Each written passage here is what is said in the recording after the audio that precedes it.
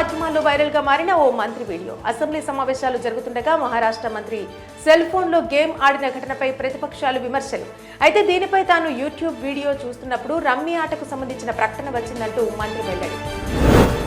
ఇవాల్టి నుండి ప్రారంభం కాబోతున్న పార్లమెంటు వర్షాకాల సమావేశాలు. దీనిలో అనుసరించాల్సిన వ్యూహంపై ఇండియా కూటమి ఇప్పటికే వ్యూహరచన, ప్రతిపక్షాలను ఎదుర్కొనేందుకు పూర్తి సన్నద్ధంగా ఉన్న అధికార కూటమి.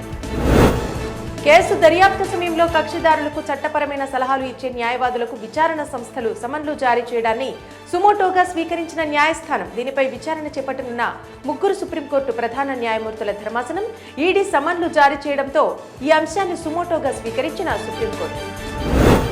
పుదుచ్చేరిలో పోలీసులకు సహాయంగా తొలిసారిగా ప్రవేశపెట్టనున్న రోబో.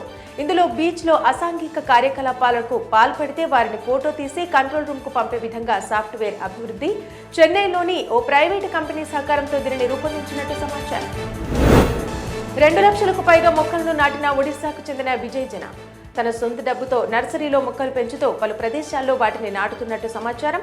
గత 2 దశాబ్దాలుగా విజయ్ పెంచిన మొక్కలు ఇప్పుడు మహావృక్షాలు.